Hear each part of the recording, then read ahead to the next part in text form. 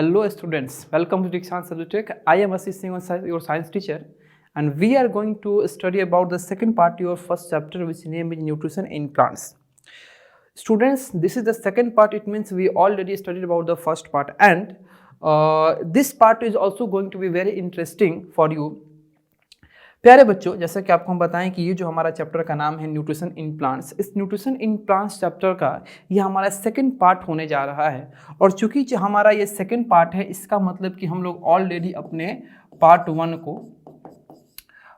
को हम लोग ऑलरेडी क्या कर चुके हैं, कवर कर चुके हैं। ठीक है, तो आप जानते ही हो हमेशा हम कोई भी नेक्स्ट पार्ट को अगर हम स्टार्ट करते हैं तो उससे पहले हम प्रीवियस पार्ट में जो भी आपको पढ़ाएं उसका एक शॉर्ट रिव्यू दे देते हैं। तो ऐसे ही हम इस बार भी अपने पार्ट वन का एक शॉर्ट रिव्यू आपको देने जा रहे हैं। जो लोग कोई याद नहीं होगा वो बच्चे क्या करेंगे, इस शॉर्ट रिव्यू से याद कर लेंगे, वो समझ लेंगे कि हम लोग पार्ट वन में क्या क्या चीज़ पढ़े हुए हैं। ठीक है, तो आइए बाबू आपको हम बताते हैं। सबसे पहले तो हम लोग पढ़े थे अपने न्यूट्रिशन के इंट्रोडक्शन को कि न्यूट्रिशन होता क्या है। सबसे पहले हम लोग क्या जाने थे, न्यूट्रिशन के इंट्रोडक्शन को।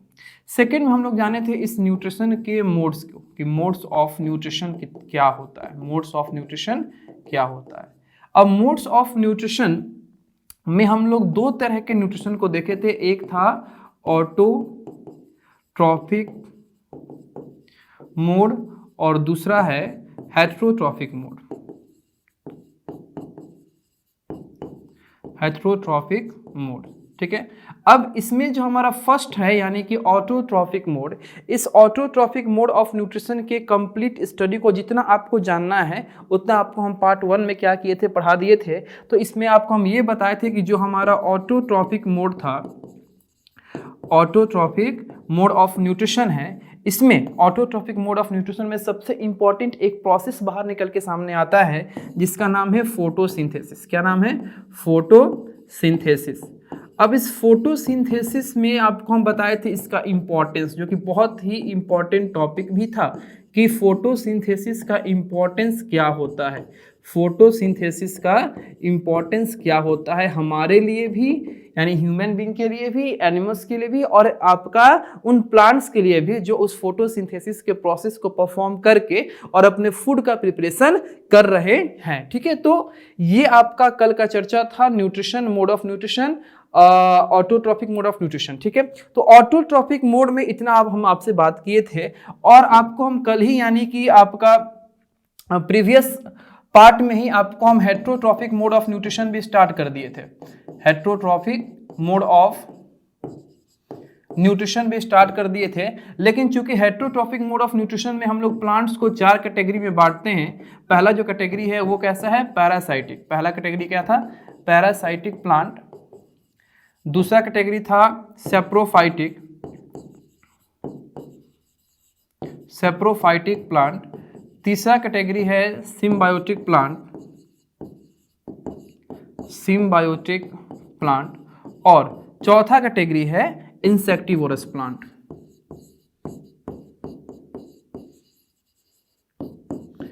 चौथा कैटेगरी है इंसेक्टिवोरस प्लांट। अब पार्ट वन में आपको हम इस चार में से एक जो फर्स्ट पार्ट है हमारा, फर्स्ट कैटेगरी जो है पैरासाइटिक प्लांट, इसको हम लोग क्या कर चुके हैं, स्टडी कर चुके हैं। कहाँ पे? In part one. ठीक है, तो पार्ट वन का हमारा लास्ट टॉपिक भी यही हुआ था। कौन सा? Parasitic plant. इट मीन्स कि हम लोग इस सेकेंड पार्ट में सेप्रोफाइटिक प्लांट, सिम्बायोटिक प्लांट और इंसेक्टिवोरस प्लांट्स के बारे में स्टडी करने जा रहे हैं। तो आइए बाबू एक फ्रेश एनर्जी के साथ हम लोग स्टार्ट करते हैं अपने नेक्स्ट टॉपिक पे, नेक्स्ट सेशन पे, जिसका नाम है सेप्रोफाइटिक प्लांट्स। यानी कि पैरासाइटिक प्लांट्स को पढ़ने के बाद हम लोग कहाँ आ गए? हम लोग आ गए अपने सेप्रोफाइटिक प्लांट्स के ऊपर। ठीक है, तो समझिए कि सेप्रोफाइटिक प्लांट्स पहले है क्या। ठीक है, तो इसका इंट्रो आप कैसे करोगे? तो सेप्रोफाइटिक प्लांट्स आपका एक ऐसे प्लांट्स का कलेक्शन होता है, एक ऐसे प्लांट्स का ग्रुप होता है जो अपने न्यूट्रिशन को किस मोड से करते हैं? तो अपने न्यूट्रिशन को वो हेटेरोट्रॉफिक मोड ऑफ न्यूट्रिशन से करते हैं। तो अगर ये प्लांट्स यानी कि हमारे सेप्रोफाइटिक प्लांट्स जो हैं, जिसको हम लोग सेप्रोफाइट्स के नाम से भी जानते हैं, ठीक है, तो जो सेप्रोफाइटिक प्लांट्स हैं या जो सेप्रोफाइट्स हैं, अगर वो हेटेरोट्रॉफिक मोड ऑफ न्यूट्रिशन से अपने न्यूट्रिशन को क्या करते हो, कंप्लीट करते हैं, इसका मतलब कि एक बात तो आपका तय हो गया यहाँ पे कि वो अपना फूड जो है खुद नहीं बनाते हैं, वो किसी और पे डिपेंड करते हैं। तो किसी और पे डिपेंड करते हैं, तो बाकी प्लांट्स में और इसमें क्या अंतर है? तो देखिए, सेप्रोफाइटिक प्लांट्स आपके ऐसे प्लांट्स होते हैं जो dead and decaying organic matter, यानी कि आपके मर गए सड़े गले ऑर्गेनिक मैटर, यानी कि प्लांट्स का सड़ा गला पदार्थ, एनिमल्स का सड़ा गला पदार्थ है ना, एक्वेटिक एनिमल्स का सड़ा गला पदार्थ या उनके प्लांट्स का सड़ा गला पदार्थ, तो आपके लिविंग ऑर्गेनिजम्स के डेड एंड डिकेइंग मैटर के ऊपर, सड़े गले पदार्थ के ऊपर ये लोग क्या करते हैं, अपना बसेरा जमाते हैं और वहां से फूड को क्या करते हैं, कंज्यूम करते हैं। उस सड़े गले पदार्थ से, उस डेड एंड डिकेइंग मैटर के ऊपर से अपने फूड को क्या करते हैं, इनटेक करते हैं, और इनटेक करने के बाद अपने अंदर एनर्जी का क्या करते हैं, प्रोडक्शन करते हैं। उस एनर्जी का वो लोग अपने एक्टिविटी में क्या करते हैं, कंज्यूम करते हैं। तो ऐसे प्लांट्स या ऐसे प्लांट्स का कलेक्शन जो अपने न्यूट्रिशन को कहां से कंप्लीट करते हो, तो dead and decaying organic matter के ऊपर से क्या करते हो, कंप्लीट करते हो। तो इस तरह के ग्रुप को, इस तरह के प्लांट को हम लोग क्या बोलते हैं, हम लोग बात करते हैं, इनका नाम देते हैं सेप्रोफाइटिक प्लांट। और सेप्रोफाइटिक प्लांट्स में जो भी प्लांट्स आएंगे उनका एक छोटा भी नाम है जिसको हम लोग बोलते हैं सेप्रोफाइट्स। अब वो बारी आ गई कि हमको ये जानना है कि आखिर में सेप्रोफाइटिक प्लांट्स की कैटेगरी में कौन कौन से कॉमन एग्जांपल्स आपको देखने को मिल सकते हैं। तो सेप्रोफाइटिक प्लांट्स में सबसे फेमस आपका है मशरूम। मशरूम जो है ये सेप्रोफाइटिक प्लांट ही है, यानी कि सेप्रोफाइटिक प्लांट कहने का मतलब है कि मशरूम जो है dead and decaying organic matter के ऊपर से ही अपने न्यूट्रिशन को क्या करता है, कंप्लीट करता है, वहां से ये फूड को क्या करता है, कंज्यूम करता है। अब मशरूम के जैसे मॉल्स और ईस्ट, ये सब अब dead and decaying organic matter के ऊपर से ही अपने एनर्जी को या अपने न्यूट्रिएंट को क्या करते हैं, पाते हैं। ठीक है, अब देखिए सेप्रोफाइटिक प्लांट ये काम क्यों करते हैं। तो सेप्रोफाइटिक प्लांट या सेप्रोफाइट्स ये काम इसलिए करते हैं क्योंकि इनके पास क्लोरोफिल नहीं होता है, और इनके पास क्लोरोफिल नहीं है, इसका मतलब कि ये सनलाइट को ट्रैप नहीं कर सकते हैं, और सनलाइट को ट्रैप नहीं कर सकते हैं तो ये फोटोसिंथेसिस के प्रोसेस को परफॉर्म नहीं कर सकते हैं। स्टेप बाय स्टेप समझिए। बहुत बच्चे ये बोल देते हैं कि क्लोरोफिल नहीं तो फोटोसिंथेसिस नहीं। अरे कैसे क्लोरोफिल के ना होने से फोटोसिंथेसिस नहीं हो सकता है। तो क्लोरोफिल अगर नहीं होगा इसका मतलब कि सनलाइट का ट्रैपिंग नहीं होगा, और सनलाइट का ट्रैपिंग नहीं होगा तो फोटोसिंथेसिस का प्रोसेस नहीं होगा, जो कि हमारा फोटोसिंथेसिस के प्रोसेस का एक बहुत ही इंपॉर्टेंट रॉ मटेरियल है। कौन? आपका सनलाइट।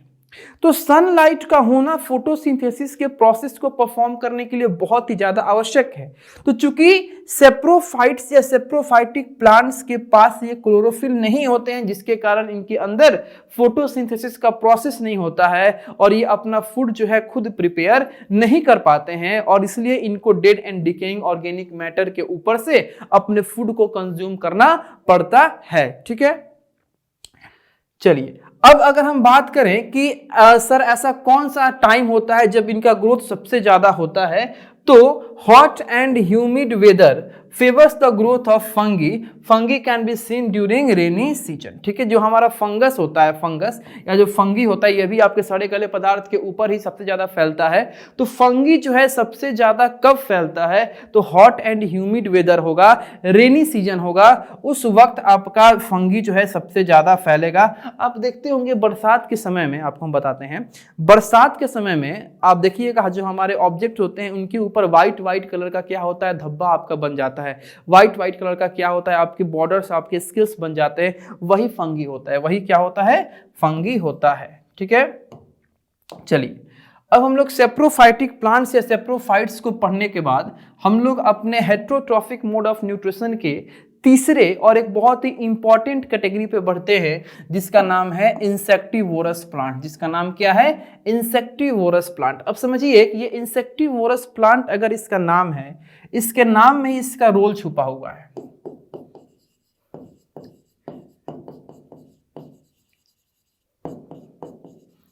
Insectivorous plants. इंसेक्टिवोरस में एक वर्ड है इंसेक्ट, एक वर्ड है इंसेक्ट, समझिएगा। अब देखिए इंसेक्टिवोरस प्लांट में जो वर्ड इंसेक्ट है इसमें क्या इसका रोल है। तो इंसेक्टिवोरस प्लांट सबसे खास बात यह है कि इंसेक्टिवोरस प्लांट जो है ये अपने न्यूट्रिशन को कंप्लीट करने के लिए या एक किसी खास पर्पस के लिए ये इंसेक्ट्स को क्या करते हैं, खाते हैं। इंसेक्ट्स को क्या करते हैं, अपने फूड बनाते हैं। इंसेक्ट्स को क्या करते हैं, अपने फूड के फॉर्म में इनटेक करते हैं। अब समझिए सुनने में कितना आपको उल्टा लग रहा है, क्योंकि आज तक तो हम लोग ये चीज सुने हैं कि इंसेक्ट जो हैं कीड़े मकोड़े हैं जो फसलों को बर्बाद कर दिए, फसलों को खा गए, यानी कि पौधे को खा गए। लेकिन अब आपको ये बताया जा रहा है कि कुछ प्लांट्स भी होते हैं जो इंसेक्ट्स को खाते हैं, और ये सच है कि हाँ कुछ प्लांट्स होते हैं जो इंसेक्ट्स को क्या करते हैं, खाते हैं। अब ये इंसेक्ट का खाने का मेन रीजन क्या होता है। अब देखिए इंसेक्ट को खाते हैं इसलिए हम इनको हेटेरोट्रॉपिक मोड ऑफ न्यूट्रिशन में डाले हैं। इसका मतलब ये मत समझिएगा कि ये इंसेक्टिवोरस प्लांट्स जो है ये अपना फूड खुद नहीं बनाते हैं। हमारा इकलौता इंसेक्टिवोरस प्लांट ही एक ऐसा कैटेगरी है हेटेरोट्रॉपिक मोड ऑफ न्यूट्रिशन में होने के बावजूद भी वो अपना फूड जो है खुद प्रिपेयर करता है। अब इसलिए करता है कि जितने भी हमारे इंसेक्टिवोरस प्लांट होते हैं उनका बॉडी जो होता है ग्रीन होता है, और किसी भी प्लांट का बॉडी ग्रीन तभी हो सकता है या किसी भी प्लांट का कोई पार्ट ग्रीन तभी हो सकता है जब उसके पास उस जगह पे क्या मौजूद हो, क्लोरोफिल मौजूद हो। अगर क्लोरोफिल होगा तो फोटोसिंथेसिस का प्रोसेस होगा, क्योंकि सनलाइट का ट्रैपिंग होगा। तो सर जो आपने बताया यहां से तो एक चीज तो क्लियर हो गया कि इंसेक्टिवोरस प्लांट्स के पास क्लोरोफिल होता है, चूंकि इनका बॉडी ग्रीन होता है और क्लोरोफिल होता है तो सनलाइट का ट्रैपिंग होगा। सनलाइट का ट्रैपिंग होगा इसका मतलब कि आपका फोटोसिंथेसिस का प्रोसेस भी होगा, और फोटोसिंथेसिस का प्रोसेस होगा इसका मतलब कि फूड बनेगा, खाना बनेगा। तो अगर फोटोसिंथेसिस का प्रोसेस हो रहा है, खाना बन रहा है, तो भी इसको ऐसी क्या जरूरत पड़ गई कि इन खास तरह के प्लांट्स को इंसेक्ट को खाना पड़ा, इंसेक्ट को खाना पड़ा। ठीक है, तो अभी 2 मिनट में आपको बताते हैं। उससे पहले हम लोग अपने इंट्रो को थोड़ा समझ लेते हैं कि इंसेक्टिवोरस प्लांट होते क्या है या होता क्या है। तो the plants which eat small insects like spiders are called insectivorous plants. ठीक है, ऐसे प्लांट्स जो छोटे छोटे कीड़े मकोड़े को, इंसेक्ट्स को क्या करते हो, खाते हो, जैसे कि स्पाइडर हो गया, उस तरह के प्लांट को हम लोग क्या बोलेंगे, इंसेक्टिवोरस प्लांट बोलेंगे। और इस इंसेक्टिवोरस प्लांट के पास किसी कीड़े को खा जाने की शक्ति इसलिए होती है क्योंकि इस इंसेक्टिवोरस प्लांट का जो स्ट्रक्चर होता है वो बाकी प्लांट से क्या होता है, अलग होता है। बाकी प्लांट का जैसा आपका फ्लावर है, बाकी प्लांट का जैसा आपका स्ट्रक्चर है, उससे आपका हट के स्ट्रक्चर इस इंसेक्टिवोरस प्लांट का होता है। और इंसेक्टिवोरस प्लांट का स्ट्रक्चर आपका वेल डिजाइन होता है क्या करने के लिए, किसी इंसेक्ट को ट्रैप करने के लिए, किसी इंसेक्ट को पकड़ने के लिए। तो कहने का मतलब है कि ये जो इंसेक्टिवोरस प्लांट हैं, इन इंसेक्टिवोरस प्लांट का जो स्पेशल स्ट्रक्चर होता है, ये स्पेशल स्ट्रक्चर बहुत ही ज्यादा हेल्प करता है क्या करने के लिए, उनके प्रे को, उनको शिकार को क्या करने के लिए, कैच करने के लिए, पकड़ने के लिए। ठीक है, अब देखिए, अब इसी लाइन के बारे में तो आपको हम बता रहे थे कि ये जो इंसेक्टिवोरस प्लांट होते हैं इनके पास आपका ग्रीन कलर होता है। ग्रीन कलर का मतलब कि इनके पास क्लोरोफिल है, और क्लोरोफिल है तो ये अपना फूड खुद प्रिपेयर कर सकते हैं। जब अपना फूड ये खुद प्रिपेयर करते हैं तो आखिर में इंसेक्ट को फिर क्यों खाते हैं। तो ये इंसेक्ट को इसलिए खाते हैं, ध्यान से समझिएगा, ध्यान से सुनिएगा कि ये इंसेक्टिवोरस प्लांट इंसेक्ट्स को इसलिए खाते हैं क्योंकि ये जिस सॉइल में पाए जाते हैं, ये जिस सॉइल में रहते हैं, उस सॉइल में आपका न्यूट्रिएंट्स की क्या होती है, कमी होती है। और खास प्रकार में यानी कि अगर एक बार में किसी पार्टिकुलर न्यूट्रिएंट्स का या किसी पार्टिकुलर इंपॉर्टेंट सब्सटेंस का हम बात करें तो नाइट्रोजन की कमी होती है। यानी इंसेक्टिवोरस प्लांट जिस सॉइल में भी होते हैं उस सॉइल में नाइट्रोजन की कमी होती है।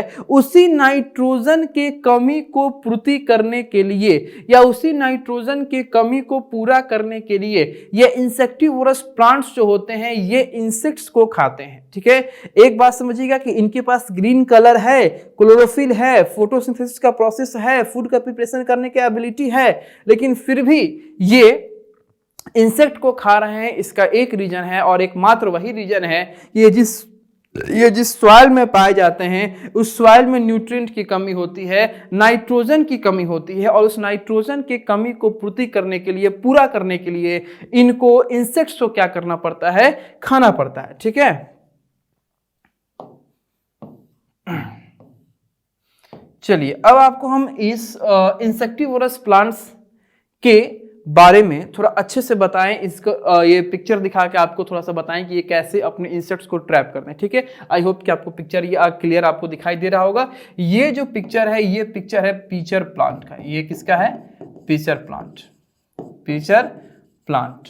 और ये जो पिक्चर है ये है Venus fly trap, Venus fly trap. देखो नाम में ही क्या है, फ्लाई ट्रैप, यानी फ्लाइज को ट्रैप करने वाला प्लांट, फ्लाई को ट्रैप करने वाला, फ्लाई जो कि हमारी एक इंसेक्ट है उसको ट्रैप करने वाला प्लांट, उसको हम क्या नाम देंगे, वेनस फ्लाई ट्रैप। देखो अगर आप स्ट्रक्चर का बात करो तो आप ध्यान से देखिए यहाँ पे कि ये जो हमारे पीचर प्लांट का स्ट्रक्चर है ये हमारे नॉर्मल प्लांट के स्ट्रक्चर से क्या है, बहुत अलग है।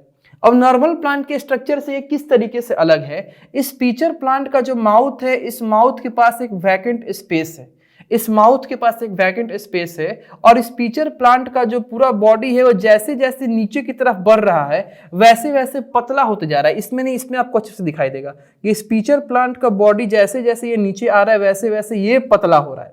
अब इसमें आपके डाइजेस्टिव जूसेस होते हैं, ये जो आपका होल है, ये जो आपका होल है, इसमें डाइजेस्टिव जूसेस होते हैं। कोई भी इंसेक्ट आता है तो इस जगह पे अगर आके बैठा तो बैठने के बाद ये इसमें क्या हो जाता है, फंस जाता है, और जब ये फंस जाता है तब ये जो हमारा पीचर प्लांट है ये डाइजेस्टिव जूस को सेक्रेट करना स्टार्ट करता है, इसको पता चलता है, ठीक है, इसको मैसेज मिलता है, तो ये डाइजेस्टिव जूसेस को सेक्रेट करना स्टार्ट करता है। और वो डाइजेस्टिव जूसेस क्या करते हैं कि उस इंसेक्ट को पूरी तरीके से डाइजेस्ट कर देते हैं, और डाइजेस्ट करने के बाद उस इंसेक्ट के अंदर से न्यूट्रिएंट्स को निकाल के और इसके बॉडी में ट्रांसफर करते हैं। अब सर अभी आपने कुछ देर पहले बताया कि इसका बॉडी जो है ये पतला है, तो ये इसका बॉडी जो जैसे जैसे नीचे आपका जा रहा है वैसे वैसे इसका बॉडी पतला होते जा रहा है, तो इसका क्या रोल है? तो देखिए अगर इसका बॉडी जैसे जैसे नीचे जा रहा है वैसे वैसे पतला हो रहा है तो इसमें बहुत बड़ा ये रोल है कि ये इंसेक्ट जो होगा ये नीचे से आपका निकल नहीं पाएगा, नीचे जाएगा तो ये फंस जाएगा और फिर ये ऊपर आएगा और जिस जगह पे उसको डाइजेस्ट होना है उसी जगह पे वो अच्छे से क्या होगा, डाइजेस्ट होगा। तो ये आपका कहानी होता है किसका, इस आपका पीचर प्लांट का। नेक्स्ट है हमारा वेनस फ्लाई ट्रैप, कि वेनस फ्लाई ट्रैप में आपके कैसे इंसेक्ट्स जो हैं वो आपके ट्रैप किए जाते हैं या पकड़े जाते हैं।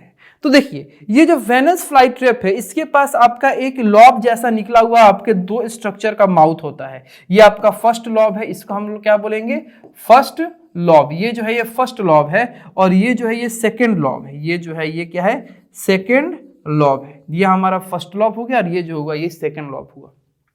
अब समझिए कि इसको आपको कुछ इस प्रकार से इसका स्ट्रक्चर खुला हुआ रहेगा, ठीक है। अब इसका स्ट्रक्चर जब नेचुरली रहेगा, जब कोई भी इंसेक्ट इस पे आके बैठे नहीं है तो ये नॉर्मली ऐसा क्या है, ओपन है।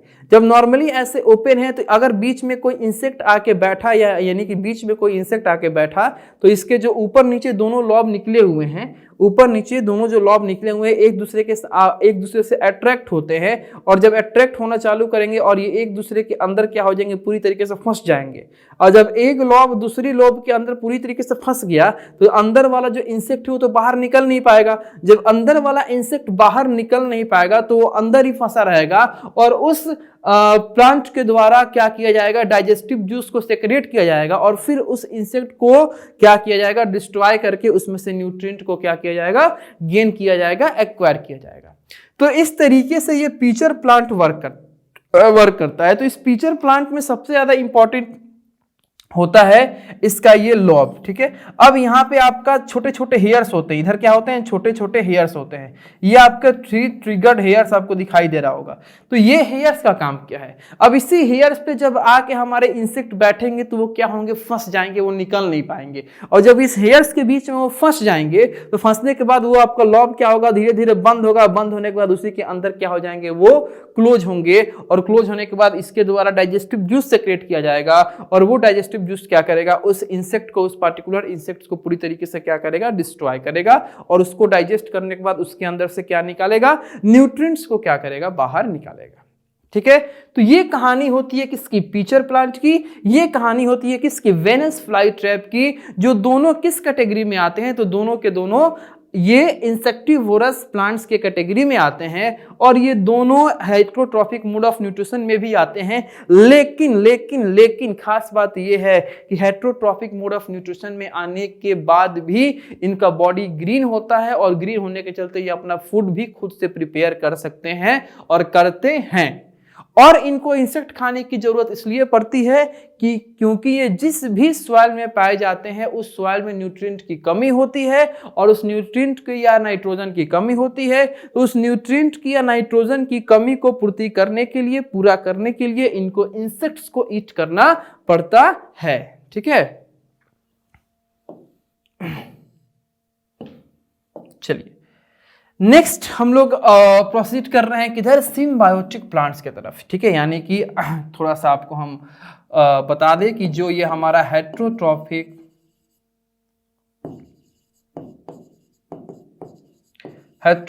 मोड ऑफ न्यूट्रिशन चल रहा है, जो ये हेटेरोट्रॉफिक मोड ऑफ न्यूट्रिशन चल रहा है, इस हेटेरोट्रॉफिक मोड ऑफ न्यूट्रिशन में जो ये 4 कैटेगरी हम लोग पढ़ने वाले हैं या पढ़ रहे हैं, इसमें से 3 कैटेगरी को हम लोग क्या किए हैं, पढ़ चुके हैं। कौन कौन सा, सबसे पहला जो कि हम पार्ट 1 में आपको पढ़ाए थे, कौन सा, पैरासाइटिक प्लांट। उसके बाद जब हम लोग पार्ट 2 स्टार्ट किए हैं तो इसमें हम लोग पढ़े हैं कौन सा, सेप्रोफाइटिक प्लांट। जो उसके बाद हम लोग पढ़े इंसेक्टिवोरस प्लांट,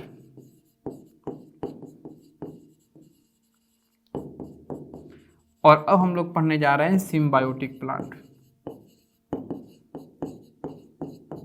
अब हम लोग पढ़ने जा रहे हैं सिम्बायोटिक प्लांट के बारे में। ठीक है, चलिए ध्यान दीजिए।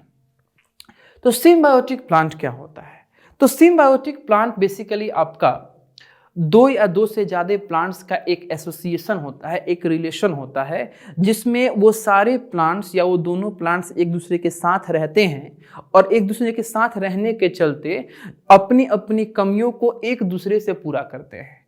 यानी कि मान लीजिए कि एक एग्जाम्पल के तौर पे आपको बताएं कि आपके पास 2 गो प्लांट है, एक आपके पास प्लांट ए है, ठीक है, एक आपके पास प्लांट बी है, ये प्लांट ए है और ये प्लांट बी है। ठीक है, ध्यान समझिएगा। प्लांट ए के पास फूड है, प्लांट ए के पास क्या है, फूड है, यानी कि फूड है या न्यूट्रिएंट है। प्लांट बी के पास फूड नहीं है, शेल्टर है, शेल्टर जगह है रहने का। प्लांट बी के पास वाटर है, प्लांट बी के पास मिनरल है। ठीक है, अब समझिए, ध्यान समझिएगा। लेकिन ये 1 2 3 4 5 ये पांचों इंपॉर्टेंट रिक्वायरमेंट जो है ये प्लांट ए को भी चाहिए और प्लांट बी को भी चाहिए। अब क्या करेंगे, ये दोनों प्लांट एक दूसरे के साथ रहना चालू करेंगे। ये दोनों प्लांट एक दूसरे के साथ रहना चालू करेंगे और चालू करने के बाद ये प्लांट ए जो होगा ये अपने फूड में से किसको देगा, प्लांट बी को भी देगा, यानी कि न्यूट्रिएंट में से किसको देगा, प्लांट बी को भी देगा। प्लांट बी जो होगा वो शेल्टर ए को भी देगा, वाटर ए को देगा और मिनरल ए को देगा। तो ये इन दोनों की कमी को इन दोनों ने ही म्यूचुअल शेयरिंग से क्या कर ली, पूरा कर ली या कंप्लीट कर ली। तो इस तरह के रिलेशन को हम लोग क्या बोलेंगे, सिम्बायोसिस बोलेंगे, और इन प्लांट्स को क्या बोलेंगे, तो सिम्बायोटिक प्लांट बोलेंगे। समझे, ये आपका होता है सिम्बायोटिक प्लांट। तो सिम्बायोटिक प्लांट या सिम्बायोटिक रिलेशन आपका एक ऐसा रिलेशन है, एक ऐसा एसोसिएशन है जिसमें 2 या 2 से ज्यादा प्लांट एक साथ क्या करते हैं, रहते हैं, और रहने के बाद एक दूसरे की कमी को, डिफिशियंसी को वो एक क्या करते हैं, म्यूचुअल शेयरिंग से पूरा करते हैं। अब आपको एग्जांपल के तौर पे आपको बताएं, सबसे पहला यहां पे लिखा है एक एग्जांपल लिकेंस का। तो लिकेंस जो होते हैं, समझिए, ये जो हमारा लिकेंस होता है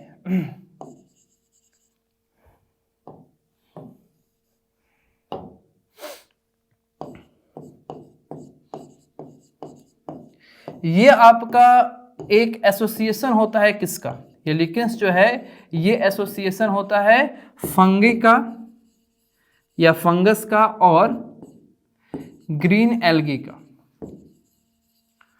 फंगस का और ग्रीन एल्गी का। अब समझिएगा कि फंगस के और ग्रीन एल्गे के एसोसिएशन को या एक साथ रहने को हम क्या बोलेंगे, लिकेंस बोलेंगे। अब आप समझ ही गए होंगे कि इसमें से किसके पास फूड नहीं होता है और किसके पास फूड होता है, कौन किसको फूड देगा। यहां पे लिखा है एज ए ट्रिक, आपको बताते हैं एज ए ट्रिक, इसको समझिएगा। यहां पे इसका नाम क्या है, इसका नाम है ग्रीन एल्गे। अब चूंकि इसका नाम ग्रीन एल्गे है तो इस जाहिर सी बात है इसका कलर कैसा होता है, ग्रीन होता है। और कलर ग्रीन होता है तो ये क्या कर सकते हैं, फोटोसिंथेसिस कर सकते हैं। ये क्या कर सकते हैं, फोटोसिंथेसिस कर सकते हैं। अब चूंकि ये फोटोसिंथेसिस करते हैं इसका मतलब कि अपना फूड जो है प्रिपेयर कर देंगे, ये अपना फूड क्या करेंगे, प्रिपेयर करेंगे। तो अगर अपना फूड प्रिपेयर करेंगे तो इनके पास एक चीज आ गया, क्या आ गया, फूड आ गया। फूड यानी कि इनके पास क्या आ गया, न्यूट्रिएंट आ गया। इनके पास फूड आ गया यानी कि न्यूट्रिएंट आ गया, कोई दिक्कत इसमें नहीं। जो फंगस होते हैं इनके पास शेल्टर होता है, इनके पास क्या होता है, शेल्टर होता है। इनके पास क्या होता है, वाटर होता है। इनके पास क्या होता है, मिनरल्स होता है। ठीक है, अब समझिए। लेकिन ये चारों चीज यानी कि ये 3 और ये चौथा, ये चारों चीज इन दोनों को रिक्वायर्ड होता है। तो ग्रीन एल्गी क्या करेगा कि फूड दे देगा किसको, फंगस को, और उसके बदले में फंगस क्या करेगा, शेल्टर, वाटर और मिनरल। शेल्टर, वाटर और मिनरल किसको देगा, ग्रीन एल्गे को। तो यहां पे इंपॉर्टेंट सब्सटेंसेस का या इंपॉर्टेंस कंडीशंस का क्या हो रहा है, म्यूचुअल शेयरिंग हो रहा है। और म्यूचुअल शेयरिंग को करके ये दोनों एक दूसरे के साथ एसोसिएट होकर क्या करते हैं, रहते हैं। और इसी के एसोसिएशन को हम लोग क्या बोलते हैं, लिकेंस बोलते हैं। और इस तरीके से ये अपने न्यूट्रिशन को क्या करते हैं, कंप्लीट करते हैं। इस तरीके से अपने न्यूट्रिशन को क्या करते हैं, कंप्लीट करते हैं। ठीक है, एक आपको एग्जांपल हम और देंगे, एक एग्जांपल आपको हम और देंगे कि some fungi live in the roots of the trees provide nutrients to the. अब समझिएगा इसको और अच्छे से समझिए। अभी हम लोग क्या पढ़े थे, लिकेंस का एग्जांपल। दूसरा हम लोग पढ़ेंगे कि जो फंगस होते हैं या जो फंगी होते हैं ये आपके प्लांट्स के रूट्स में पाए जाते हैं, प्लांट्स के रूट्स में पाए जाते हैं। अब समझिए, अगर फंगस प्लांट के रूट्स में पाया जाता है तो ये दोनों का भी आपका कौन सा रिलेशन है, सिम्बायोसिस है। ये दोनों एक दूसरे के साथ म्यूचुअल शेयरिंग करके एसोसिएशन में रहते हैं, इसलिए इनके रिलेशन को हम क्या बोलेंगे, सिम्बायोसिस बोलेंगे।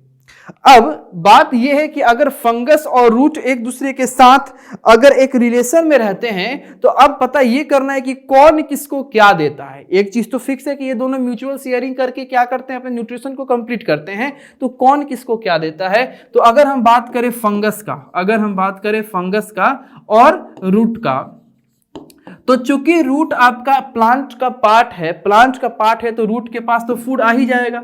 रूट के पास क्या आ जाएगा, फूड आ जाएगा। कहां से, क्योंकि उसके लीफ जो होंगे फोटोसिंथेसिस का प्रोसेस करेंगे तो रूट के पास क्या आ गया, फूड आ गया। अब रूट के पास फूड आ गया और इस फंगस, ये फंगस किससे आपका जुड़ा होता है, रूट से जुड़ा होता है। यानी कि ये क्या होता है, हमारे निचले स्तर पे सॉइल से भी जुड़ा है। तो सॉइल से जुड़ा है तो इस फंगस के पास क्या है, वाटर को एब्जॉर्ब करने की एबिलिटी है। इस फंगस के पास क्या है, मिनरल्स को एब्जॉर्ब करने की एबिलिटी है। ठीक है, अब आपका फंगस क्या करेगा, रूट से फूड को लेगा, बोलेगा तू हमको फूड दो। ये रूट क्या करेगा, फंगस को फूड देगा। फूड यानी कि न्यूट्रिएंट देगा, फूड यानी कि न्यूट्रिएंट देगा। और ये रूट क्या करेगा, फंगस से वाटर लेगा जो कि ये सॉइल से एब्जॉर्ब करके देगा, और आपका वाटर के बाद क्या लेगा, मिनरल देगा। तो ये जो आपके इंपॉर्टेंट कंडीशंस का, इंपॉर्टेंट क्राइटेरिया का, इंपॉर्टेंट सब्सटेंस का ये जो म्यूचुअल शेयरिंग हो रहा है हमारे रूट और फंगस के बीच में, तो इनके रिलेशन को हम लोग क्या बोलेंगे, इनके रिलेशन को हम लोग बोलेंगे सिम्बायोसिस। और ये आपका हेटेरोट्रॉफिक मोड ऑफ न्यूट्रिशन का लास्ट कैटेगरी था, सिम्बायोटिक प्लांट। ठीक है, चलिए अब हम लोग बात करेंगे अपने लास्ट टॉपिक के बारे में जो कि है replenishing nutrients to the soil. ठीक है, अब देखिए, अगर आप किसी पार्टिकुलर जगह पे, किसी खेत में या किसी पार्टिकुलर फील्ड में कंटिन्यू अगर आप खेती कर रहे हो, तो खेती करने के चलते आपका होता क्या है कि एक ऐसा समय आता है कि उस पार्टिकुलर सॉइल में, उस पार्टिकुलर लैंड में न्यूट्रिएंट की काफ़ी कमी हो जाती है, पोटेशियम की कमी हो जाती है, फास्फोरस की कमी हो जाती है, नाइट्रोजन की कमी हो जाती है। कमी इसलिए होती है क्योंकि इनका नेचुरली प्राकृतिक तरीके से इनका बनना एक बहुत ही स्लो प्रोसेस होता है। अगर प्राकृतिक तरीके से आप ये चाहते हो कि हमारे खेत में पोटेशियम का मात्रा आ जाए, फास्फोरस का मात्रा आ जाए, नाइट्रोजन का मात्रा आ जाए, तो ये बहुत ही स्लो प्रोसेस होता है। और हमारे क्रॉप को ग्रो कराने का प्रोसेस फास्ट होता है। हमारा जनसंख्या इतना ज्यादा है कि अगर हम क्रॉप को ग्रो ज्यादा तरीके से या फास्टली तरीके से नहीं कराएंगे तो हमारी बहुत सारी जनसंख्या जो है भूखी रह सकती है। तो हमारे देश में क्रॉप्स बहुत तेजी से ग्रो होते हैं और ये पोटेशियम या फास्फोरस या नाइट्रोजन का जो मात्रा हमारे सॉइल में है, तो प्रकृति तरीके से, नेचुरल तरीके से इनका होना बहुत स्लो प्रोसेस है। तो बहुत बार ऐसा होता है कि बहुत सारे ऐसे फील्ड होते हैं जहां से नाइट्रोजन आपका बिल्कुल खत्म हो जाता है, पोटेशियम का मात्रा खत्म हो जाता है, फास्फोरस का मात्रा खत्म हो जाता है।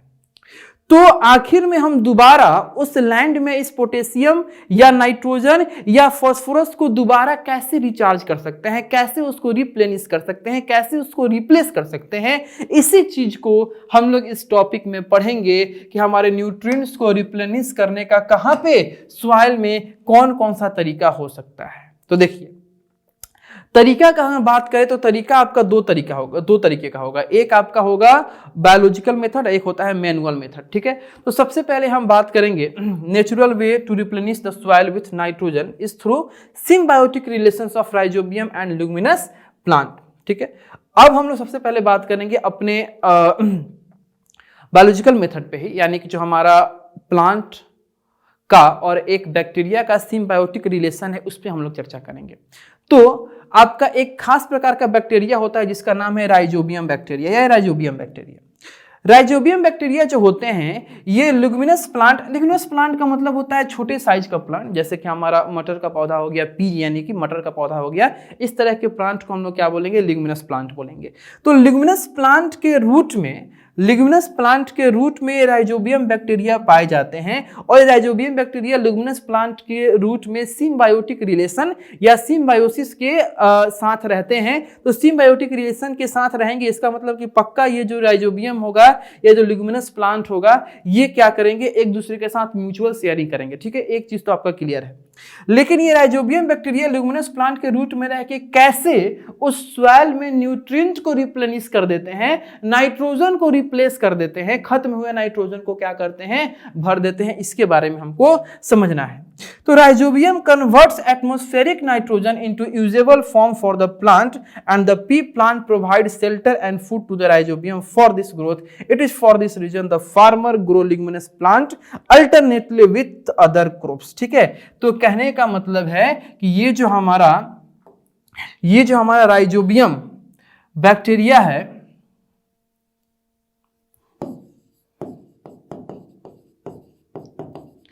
ये जो हमारा राइजोबियम बैक्टीरिया है ये सिम्बायोटिक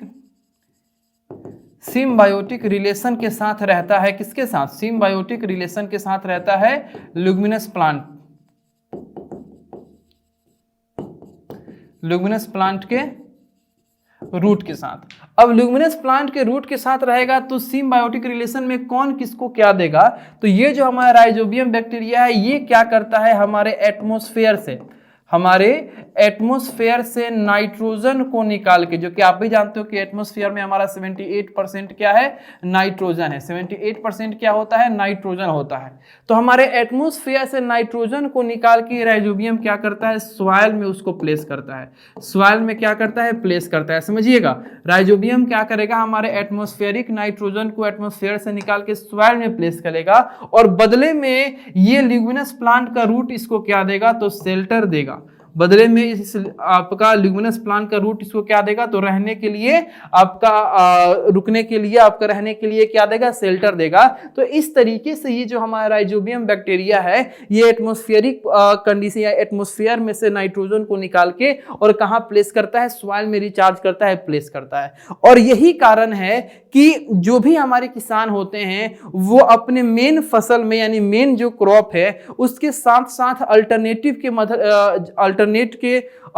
मेथड में इस लिग्मिनस प्लांट को भी ग्रो कराते हैं। लिग्मिनस प्लांट से उनका कोई ये ऐसा फायदा नहीं है कि उससे उनको कोई अनाज मिलेगा। तो लिग्मिनस प्लांट से आपका ये होता है कि ये राइजोबियम बैक्टीरिया उनके जड़ों में आ जाते हैं और आने से एटमॉस्फेयर के नाइट्रोजन को सॉइल में फिक्स करते हैं, सॉइल में रिचार्ज करते हैं और वो सॉइल जो होता है वो आपका नाइट्रोजन के साथ फुलफिल हो जाता है और फिर से उस सॉइल में आपका न्यूट्रिएंट जो है रिचार्ज हो जाता है, रिप्लेनिश हो जाता है। ठीक है, तो बाबू ये हमारा सेकंड पार्ट यहाँ पे आके कंप्लीट हुआ और इस तरीके से हम लोग पार्ट 1 और पार्ट 2 के कंप्लीट स्टडी को करके हम इस चैप्टर के कंप्लीट एक्सप्लेनेशन को, कंसेप्ट को जितना आपको जानना था अच्छे से बताने का प्रयास किए हैं। आई होप आपको अच्छे से समझ में आया होगा। मिलते हैं आपसे एक नए वीडियो में, यानी कि एक नए चैप्टर के पार्ट 1 में। तब तक के लिए थैंक यू और मन लगा के पढ़ाई कीजिए।